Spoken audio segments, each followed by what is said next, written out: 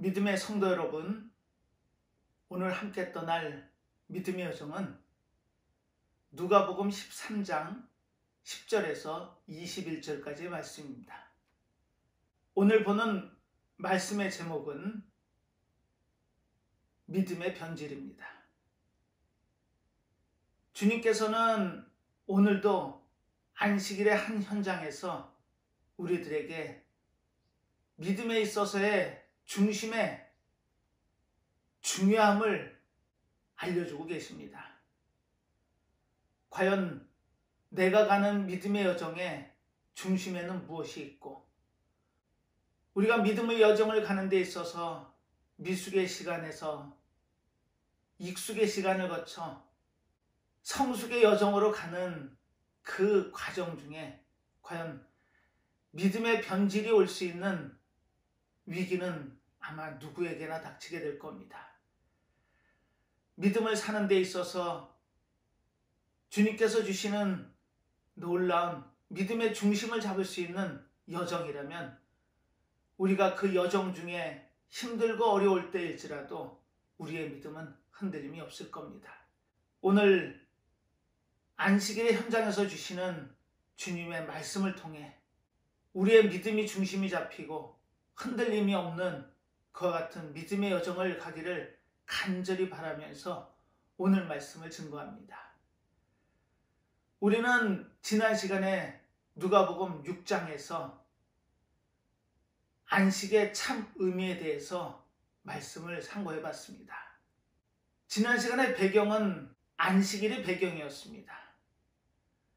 우리가 잘 아는 것처럼 10계명 중에 4계명에 안식일을 거룩히 지키라는 하나님의 명령이 계시죠.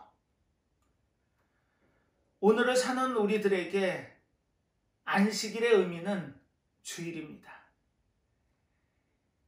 이 땅에 사망 권세에 눌려 살던 우리들에게 주님께서 그 놀라운 희생을 통해 진정한 안식의 의미를 우리에게 선물로 주셨죠. 이 안식의 의미는 예수님이 부활하심을 통해 오늘 교회를 사는 우리들에게는 주일이 안식일로 지켜집니다. 하지만 그 안식일에 수많은 규례와 전통이 안식일을 느끼고 하나님이 주신 놀라운 이 세상의 선물을 누리는 시간이어야 됨에도 불구하고 안식일에 옥죄는 삶을 사는 2000년 전의 회당의 모습과 오늘 교회를 사는 우리들의 모습이 오버랩되면서 과연 우리는 이 주일을 얼마나 거룩히 지키며 평안함 가운데 안식을 누릴 수 있었는지를 찾아봤습니다. 안식일에 두 사건이 있었죠. 제자들이 예수님과 생명의 구원 사역을 하는 과정에 배고픔을 느껴 밀밭에 이삭을 손으로 따서 그 이삭을 비벼 굶주린 배를 해결하는 제자들의 모습을 보고 바리새인들이 예수님께 도전을 합니다. 왜 안식일을 범하느냐고. 그때 예수님께서는 다윗의 예를 들죠. 배고픔에 힘들어하면서 그 진설병을 먹음을 통해 자신과 함께 있는 자들의 굶주림을 해결한 사건을 읽지 못했냐고 책망을 하시죠. 서기관이야 바리새인들은 예수님이 행하는 그 일에 빈거를 찾아 예수님을 처벌하기 위한 그와 같은 관점에서 안식일을 보니 안식일은 전통과 규례만 남아있는 의미였던 겁니다. 그리고 오른손 마른 자를 회당 가운데 불러내서 안식일에 고치시죠. 서기관들과 바리새인들은 그 모습을 보고 예수님을 책망합니다. 어떻게 안식일에 병 고치는 일을 할 수 있느냐고. 예수님의 답변은 명쾌합니다. 안식일에 선을 행하고 생명을 구하는 것이 옳으냐? 악을 행하고 생명을 죽임 가운데 두는 것이 옳으냐라고 반문을 하시죠. 어느 누구도 답을 못합니다. 그리고 예수님을 반대하는 자들에게는 분을 내면서 어떻게 하면 예수님을 처치할 수 있을까? 그 골똘함에 빠질 수밖에 없는 그 현장을 통해 예수님은 안식일의 참된 의미를 우리에게 알려주십니다. 안식일의 주인이시자 이 땅에 세워진 하나님의 성전보다 크신 이인 예수님이 안식일의 주인이시랍니다. 그렇다면 사람이 안식일을 위해서 있는 것이 아니라 안식일이 사람을 위해서 존재하는 하나의 규례요 하나님의 약속임을 예수님은 우리들에게 알려주고 계셨던 겁니다. 사랑하는 믿음의 성도 여러분, 우리는 매 주일을 안식의 의미로 지키죠. 하나님께서 이 안식일을 제정하신 것은 하나님이 6일 동안 이 땅의 세상을 창조하시고 완전함을 통해 우리에게 축복하시기 위해 하루의 쉼을 허락하셨습니다. 이 안식일 날 하나님이 하신 그 놀라운 사역의 의미를 마음속에 새기고 거룩한 안식을 지킴을 통해 하나님의 은혜에 감사하며 이 땅의 삶을 살아가는 힘의 원동력을 얻기를 하나님께서 원하셨던 겁니다. 하지만 이 안식일을 거룩히 지키라는 하나님의 계명을 지킨다는 명분으로 유대 전통 율법이 기록되어 있는 미시나에 아보트와 톨도트를 통해 그 시대를 살고 있는 이스라엘 백성들을 옥죄었던 그 전통과 규례가 무슨 의미가 있을까요? 톨도트 한 규절에는 손으로 비벼 먹는 것 또한 이름을 지목하고 있죠. 예수님의 그 사역을 방해하기 위한 바리새인들이 뒤를 쫓다 그 모습을 보고 안식일을 우겼다고 주장하고 있습니다. 신명기 23장 25절에는 밭을 지나다가 손으로 이삭을 따는 것은 가하다라고 기록되어 있죠. 낫을 통해서 그 밭의 주인에게 피해를 주지 않는다면 충분히 가능한 일이라는 그 신명기의 말씀은 온데간데 없고 오직 안식일을 거룩히 지키라는 그 하나님의 명령에 부합한다는 의미로 그 이삭을 손으로 따서 비벼 먹던 그 제자들을 정죄하기 위해 미시나에 기록되어 있는 톨도트를 예를 들어 안식일을 범했다고 주장하는 그 율법주의에 빠져있는 바리새인들의 모습, 하나님의 말씀을 필사하고 하나님의 말씀을 바로 가르친다라고 애쓰고 힘쓴 가운데 있었다고 주장하는 서기관들의 모습, 과연 우리는 이 땅의 믿음의 여정을 가는 데 있어서 어느 것이 우리의 믿음의 참 의미일까요? 어떠한 경우에도 믿음을 지킨다는 명분으로 하나님의 백성을 옥죄는 그와 같은 모습은 정당화될 수 없습니다. 자신들이 안식일을 거룩히 지키기 위해서 만들었던 그 수많은 규례와 전통이 안식일의 평안함을 얻기 위해 힘을 가져가는 하나님의 백성들을 옥죄는 이유이고 방법이라면 안식일의 존재의 의미가 퇴색되면 물론이거니와 하나님께서 그 율법을 통해 우리에게 구원의 길을 보여주시고 또한 믿음의 삶의 여정의 방법을 제시를 통해 늘 평안함을 주시기 위한 율법의 의미가 태색이 됨은 분명합니다. 믿음의 여정을 사는 하나님의 자녀의 백성으로서 과연 우리는 안식일의 의미를 어떻게 받아들이는 것이 옳을까요? 오늘도 배경은 안식일입니다. 예수님께서 이 안식일날 회당에서 무리들에게 하나님의 말씀을 가르치고 계십니다. 그때 등장하는 인물이 18년 동안 귀신에 들려 꼬부라져 조금도 펴지 못하는 한 여인의 등장을 통해 오늘의 사건이 시작됩니다. 우리는 지난 시간에 이 안식은 우리에게 기쁨과 평안을 주시기 위해 만들어 제정하신 하나님의 법입니다.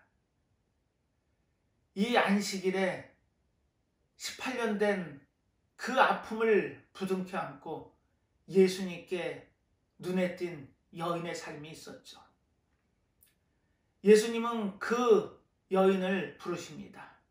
그리고 내가 그 18년 된 병에서 놓였다라는 선언을 하시죠. 그리고 그 여인이 고침을 받고 하나님께 영광을 돌리는 놀라운 사건이 안식일날 회당에서 벌어지고 있습니다. 이 모습을 지켜봤던 회당장이 분을 냈다고 성경은 기록합니다. 이 회당의 의미는 이스라엘 백성들이 70년 동안 바벨론의 포로로 끌려가죠. 성전이 무너졌다라는 비보 또한 듣습니다. 그리고 그들이 함께 모여 예배를 드리고 그 어려운 고단한 삶의 구심점을 삼기 위해 회당에 모이기 시작하죠.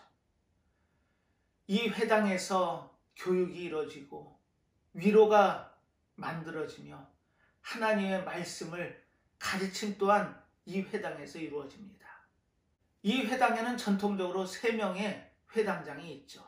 이 회당장의 역할은 그날 하나님의 말씀을 전할 자와 기도할 자를 정해서 하나님께 드리는 예배가 온전히 이루어질 수 있도록 주관하는 자의 역할이 회당장에게 부여된 임무이죠.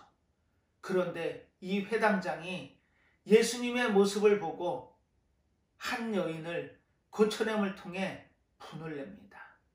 그 분의 근거가 어디 있었을까요?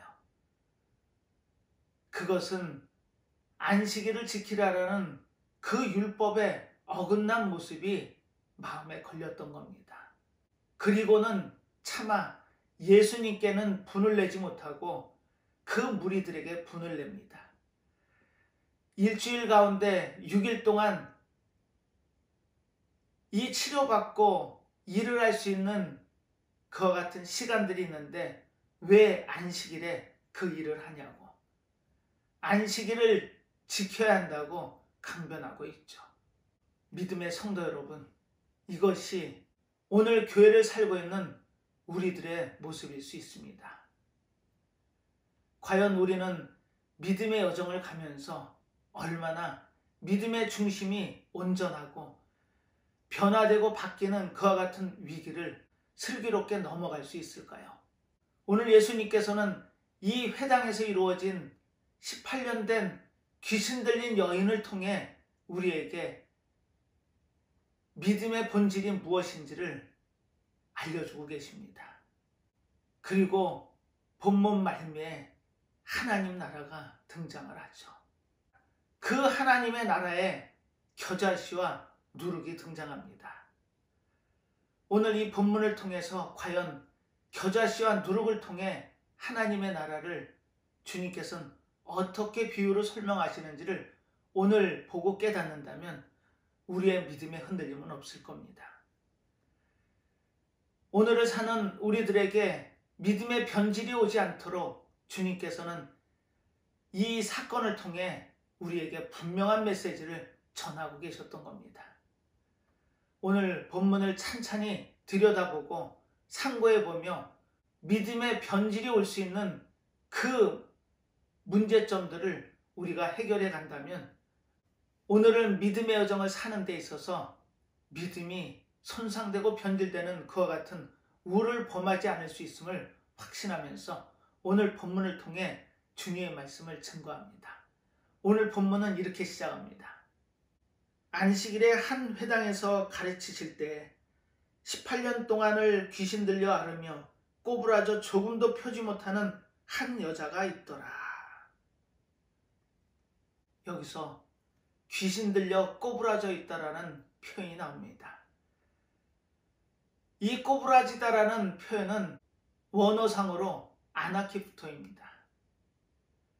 성경에는 이 아나키프토가 자주 쓰이는 단어는 아닙니다. 신약 성경에 2군데서 볼 수 있죠. 또 한 곳은 요한복음 8장입니다. 우리가 잘 아는 간음의 현장에서 서기관들과 바리새인들에 붙들려 나와 예수님을 곤란한 지경으로 몰기 위해 이 여인을 예수님 앞에다 던져놓죠. 율법에는 이 여인을 돌로 쳐서 죽여야 된다고 기록이 되어 있는데 과연 예수님은 이 율법을 어떻게 지키고 해석하는지를 보기 위해 시험을 합니다. 그때 예수님의 모습은 어떠하셨던가요? 묵묵히 땅에다 손가락을 들어 글씨를 쓰십니다. 그때 서기관들과 바리새인들은 이 여인에 대한 처분을 재촉하죠. 예수님께서는 고개를 드시고 이렇게 말씀하십니다. 죄 없는 자가 먼저 돌을 들어 그 여인을 치라고. 그리고 다시금 땅에다 글을 쓰시기 시작하십니다. 예수님의 말씀을 들은 나이든 사람부터 자신의 삶 가운데 죄의 문제에서 자유롭지 못한 인생이었음을 깨닫고 한 사람 두 사람 그 여인 곁을 떠나가기 시작합니다.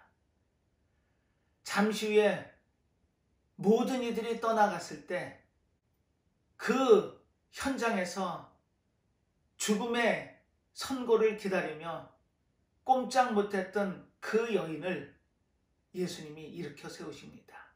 그때 여인의 모습이 아나키프토입니다. 즉 꼼짝할 수 없게 옥죄어져 있는 그 상황을 의미하죠.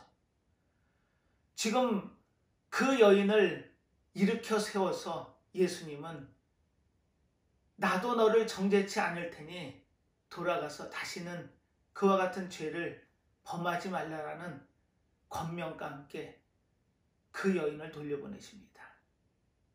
이때 등장하는 단어가 바로 오늘 회당에서 예수님 앞에 모습을 드러낸 18년 동안 귀신 들린 그 여인이었던 겁니다. 성경 본문에서는 이렇게 다른 표현을 쓰죠. 사단에게 매인바 되었다라는 표현을 통해 지금 이 여인의 처지를 설명합니다. 그때 예수님의 눈에 이 여인이 띄입니다. 그리고 이 여인을 부르시죠. 그 여인의 18년 된 고단한 삶을 깊숙이 들어가서 그 인생 전반을 아마 주님께서는 보시고 들으시고 아셨을 겁니다. 애굽에서 430년 동안 종살이하는 이스라엘 백성들의 모습을 하나님께서는 그들이 고통받음을 보고 부르짖음을 듣고 우고를 아시는 하나님의 놀라운 사랑과 은혜로 그들이 매인바에서 풀려나게 되죠. 오늘 이 18년 동안 사단의 매인 여인을 예수님은 부르시고 계십니다. 사랑하는 믿음의 성도 여러분, 오늘을 사는 우리들 가운데 혹시 사단에 매여 있는 옥죄임이 아나키프토에 우리의 몸을 맡기고 있다면 주님께서 우리를 보고 계시다는 것을 마음속에 새기시기 바랍니다. 그리고 그 고통받는 여인을 불러내서 그 매임에서 놓였다라고 선언을 하십니다. 성경 전체에 아픈 병자가 그 병이 치유됨을 놓였다라고 표현하는 대목은 오직 여기가 유일합니다. 18년 동안 그 고통받음을 주님은 보셨죠. 그리고 그 사단의 매임에서 해방을 주십니다. 그 고통에서 치유됨을 놓였다라고 선언을 통해 이 여인에게 기쁨을 선물하십니다. 그리고 본문은 이렇게 증언하죠.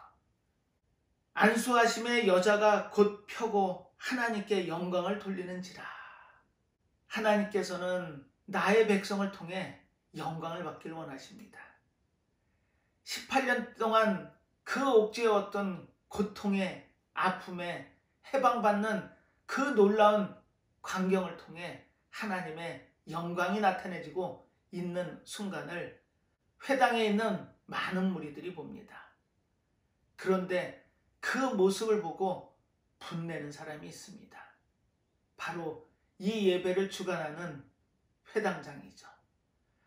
안식일에 병자를 고친 그 모습을 통해 안식일을 어겼다라는 그 율법주의에 빠져있는 회당장의 모습이 어쩌면 오늘 교회를 살고 있는 우리들에게도 해당될 수 있는 이야기입니다. 오늘 주일을 안식으로 지키고 있는 우리들에게 그 주일의 현장은 기쁨과 소망의 해방과 평안의 시간이어야 됨에도 불구하고 그것이 우리에게 제약으로 다가오고 기쁨과 소망이 소멸된다면 안식의 의미는 퇴색될 수밖에 없습니다. 회당장은 많은 이들에게 인정을 받는 예수님을 책망할 수 없어서 무리들을 책망하기 시작하죠. 그 많은 날들 중에 왜 하필이면 안식일의 고침을 받느냐고. 절대 안식일을 범하지 말라는 율법주의에 빠진 자신의 모습을 표현하고 있었던 겁니다. 이때 예수님께서는 한 예를 통해 이 여인을 고치심이 정당하심을 이야기하시죠. 안식일에 너희들이 자신들이 기르는 소와 나귀를 풀어내 물가로 데려가 물을 먹이지 않느냐고. 그것은 일이 아닌데 18년 동안 사단의 매임받아 꼬부라져 조금도 펴지 못하는 이 여인을 긍휼히 여기사 그 매임에서 풀어준 것이 어찌 합당치 아니하냐고.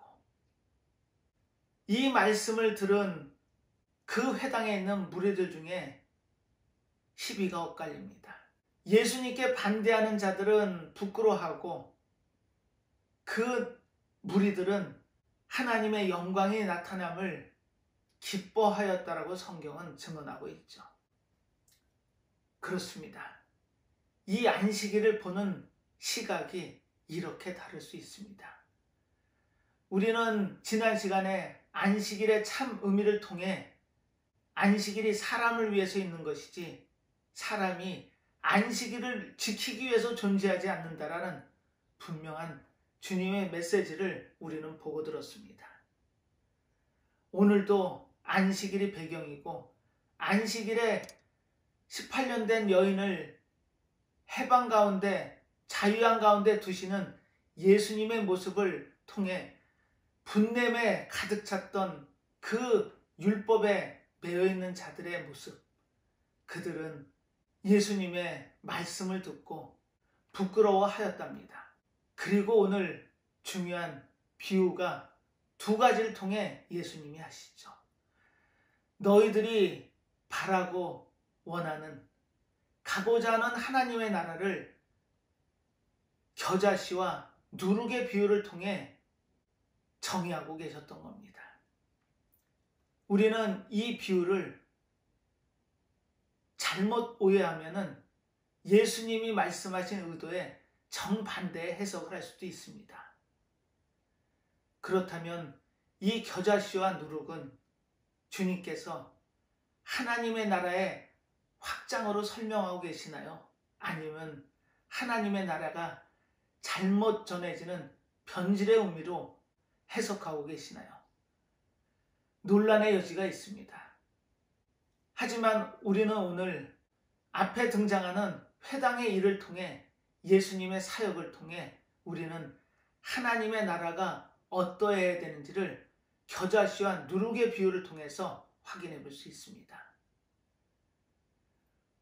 과연 이 비유가 하나님의 나라의 확장을 의미하는지 아니면 하나님의 나라가 오도되고 잘못 해석되어져 변질되고 있는 것은 아닌지 오늘 본문의 예를 통해 찾아보려고 합니다.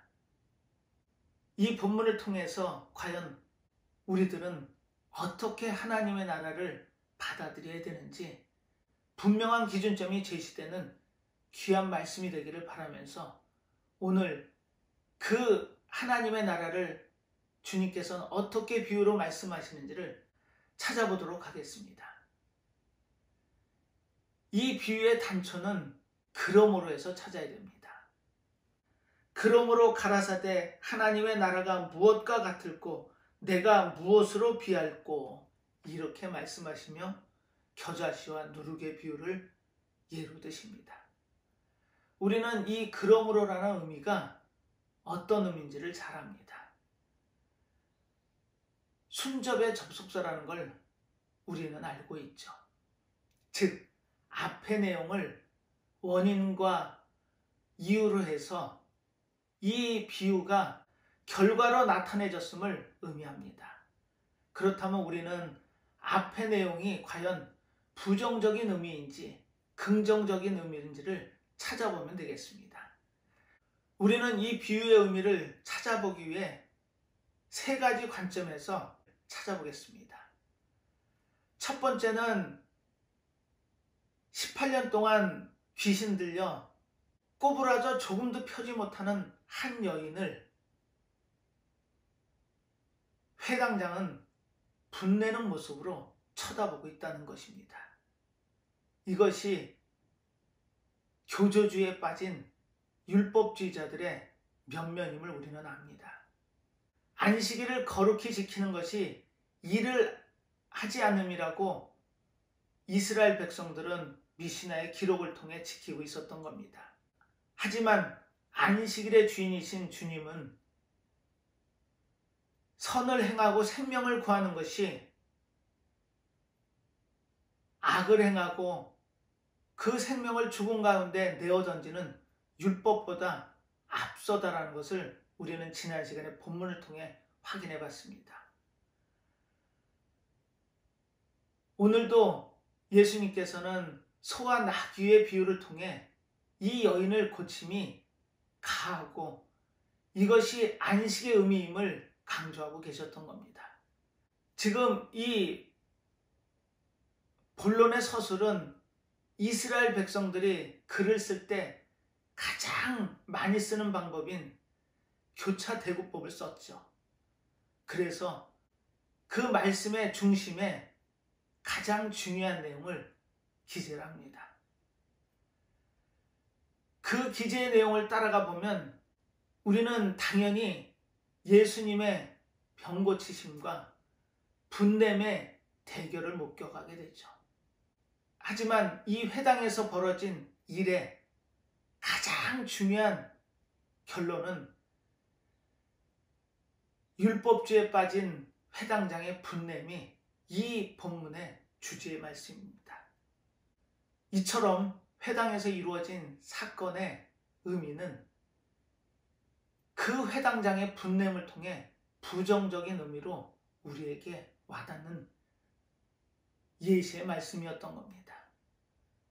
그렇다면 우리는 겨자씨의 비유를 통해 과연 주님이 하나님의 나라를 어떻게 비유하고 계신지를 또한 찾아봐야 됩니다.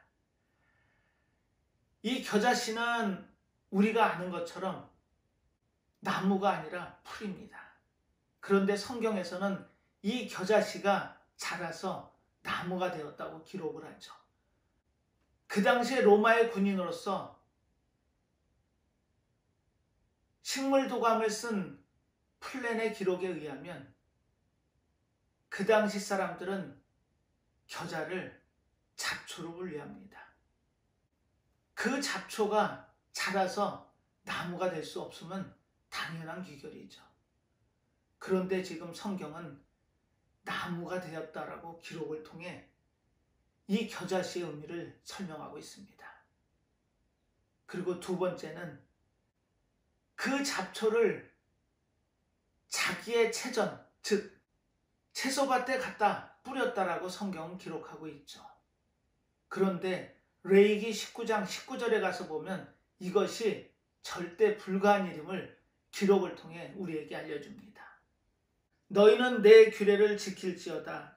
내 육축을 다른 종류와 교합시키지 말며 내 밭에 두 종자를 섞어 뿌리지 말며 두 재료로 직조한 옷을 입지 말지며 이렇게 기록이 되어 있습니다. 밭에 두 종자를 섞어 뿌리지 말랍니다. 그런데 지금 성경의 기록대로라면 그 채소가 심어진 밭에 겨자씨를 덧뿌리고 있었던 겁니다. 미시나의 기록에도 이종교배는 철저하게 금지되어 있습니다. 그런데 자신의 채소밭에 이 겨자씨를 덧뿌렸다라는 의미가 또한 무엇일까요? 또 한 가지 겨자씨에 비해서 우리가 찾을 수 있는 내용이 있죠. 이 겨자씨가 자라서 나무가 되고 그 나무에 공중의 새들이 모여든답니다. 그렇다면 이 의미는 우리는 어떻게 해석해야 될까요? 성경은 성경으로 해석하는 것이 맞습니다.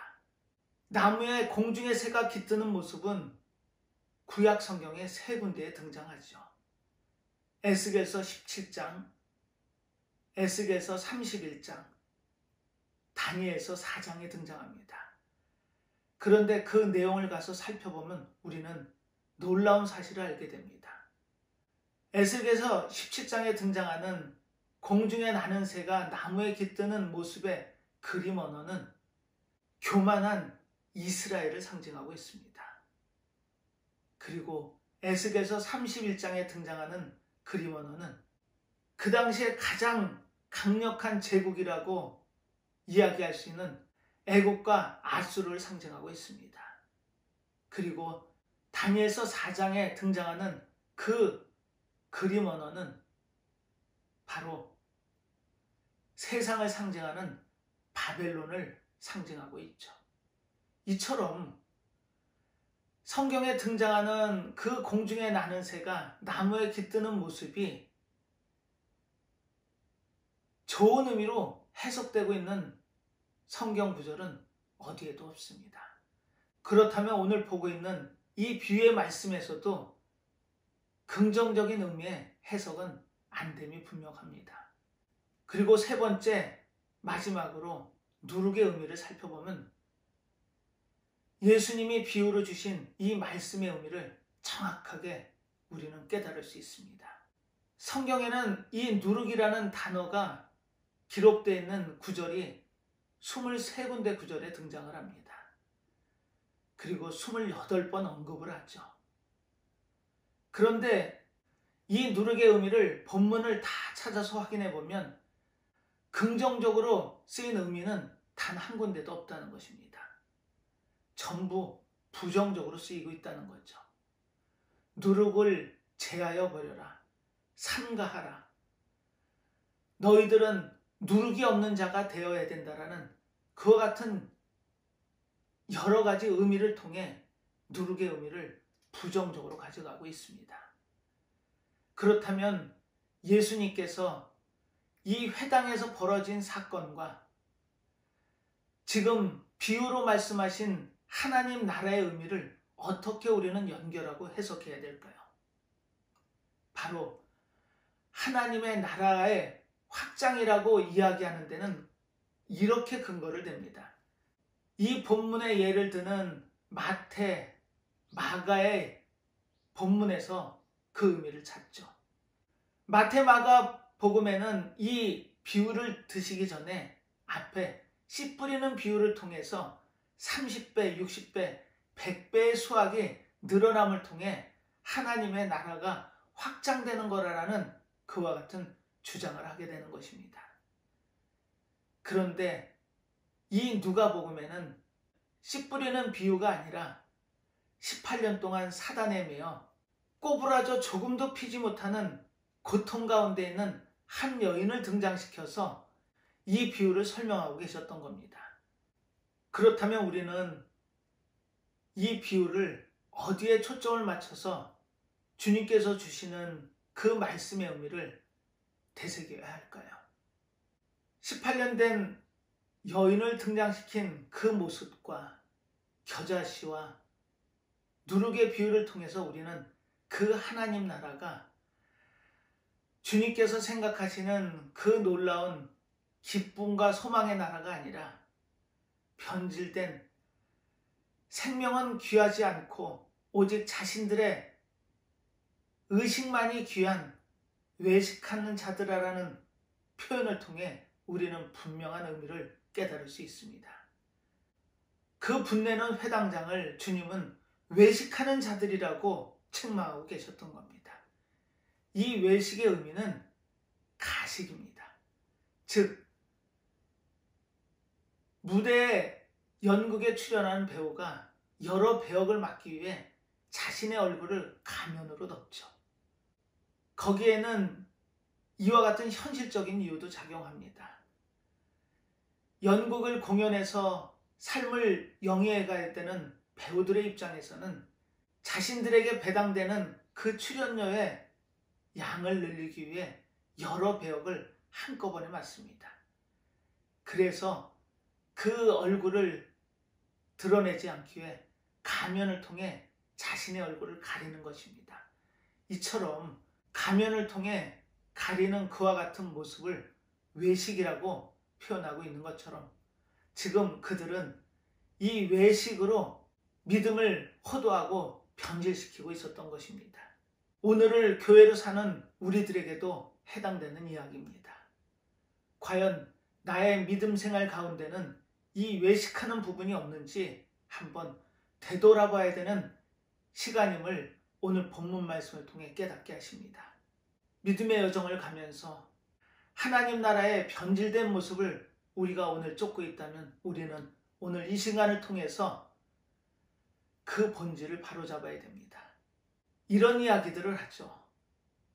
지혜 있는 자는 역사를 통해 배우고 어리석은 자는 사건을 통해 배운다고. 우리는 믿음의 여정을 가는 데 있어서 시행착오를 겪지 말아야 됩니다. 우리가 주일 예배를 통해 이렇게 하나님의 말씀을 상고하고 하나님이 주시는 그 놀라운 지혜를 얻기 위해 애쓰고 힘쓰는 그 모든 과정들이 믿음의 시행착오를 겪지 않기 위해서입니다. 그렇다면 우리는 이와 같은 하나님의 말씀을 통해 교훈을 얻고 시행착오를 되풀이하지 않는 지혜 있는 자가 되어야 됩니다. 사랑하는 믿음의 성도 여러분, 우리는 과연 어디에 믿음의 방향을 둬야 될까요? 하나님의 말씀을 지키고 따른다고 하면서 한 생명의 그 고통을 무시하며 안중에도 두지 않는 그와 같은 모습이 과연 하나님의 나라의 확장일까요? 아니면 안식일의 주인이신 주님이 말씀하심처럼 선을 행하고 생명을 구하기 위해 그와 같은 율법의 굴레에서 해방돼 하나님 나라가 확장되는 귀한 역사의 전면에 동참하는 믿음이 온전한 믿음일까요? 우리는 겨자씨와 누룩의 비유를 통해 하나님의 나라가 그 교조주의적, 율법주의적 모습에서 변질되고 바뀔 수 있음 또한 본문을 통해 봤습니다. 한 여인의 고통은 무시되어지고 오직 율법을 지키기 위해 형식과 외식주의에 빠져있는 그 모습이 온전한 믿음의 모습이 아님을 우리는 봤습니다. 믿음의 여정을 가고 있는 오늘을 믿음으로 살아내는 교회 공동체의 일원으로 주님께서 주시는 이 비유의 말씀을 통해 우리가 하나님의 나라가 온전히 보이고 세워진다면 그것이 하나님이 가장 기뻐하는 영광 받으시는 기름을 마음속에 새기시고 매일매일 삶에서 믿음의 본질을 깨닫고 지키는 믿음의 산 가운데 나아가는 저희들 모두의 삶이 되기를 예수님의 이름으로 축복하겠습니다. 기도하겠습니다. 하나님 아버지, 오늘도 하나님의 말씀을 통해 우리에게 놀라운 비유로 깨달음을 주십니다. 안식일을 지키며 생명의 소중함은 마음속에 담지 않는 분냄의 모습도 보게 하셨고 그 18년 된 꼬부라져 피지 못하는 삶 가운데 고통 가운데 있는 한 여인을 그 안식일을 지키는 중심인 회당에서 불러 노임을 주시는 놀라운 역사를 하시는 주님의 모습을 통해 하나님의 나라의 본질을 봅니다. 이 땅의 삶을 살면서 우리는 과연 얼마나 믿음의 본질을 찾고 있는지 마음속에 새기게 됩니다. 오늘의 믿음의 여정을 가고 있는 저희들에게 선을 행하고 생명을 살릴 수 있는 믿음을 주셔서 하나님 나라의 확장에 동참할 수 있는 저희들 모두의 삶이 될 수 있도록 인도하심을 믿고 감사드리며 모든 말씀 예수님의 이름으로 기도드리옵나이다. 아멘.